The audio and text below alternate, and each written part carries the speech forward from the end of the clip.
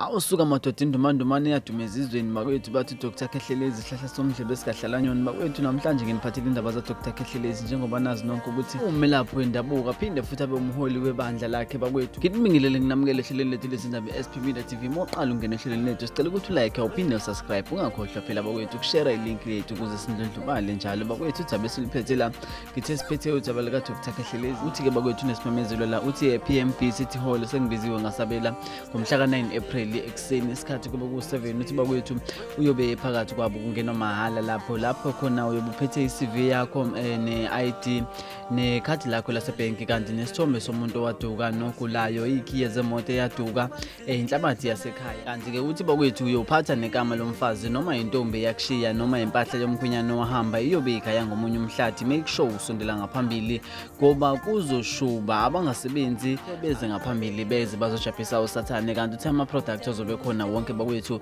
uthi ke njalo ngomgqibelo nangesonto ekseni ngo6 am ukuya ku7 nolalela iGagazi FM lapho ezobe ekhona eshumayela enza yonke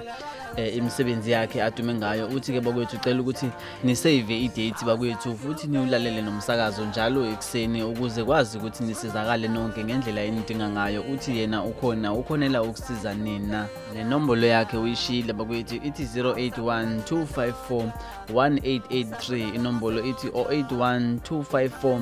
1883. Mina ke sengivala bakwethu ngicela ukuthi ningibambe evidweni elandelayo ngokuzayo.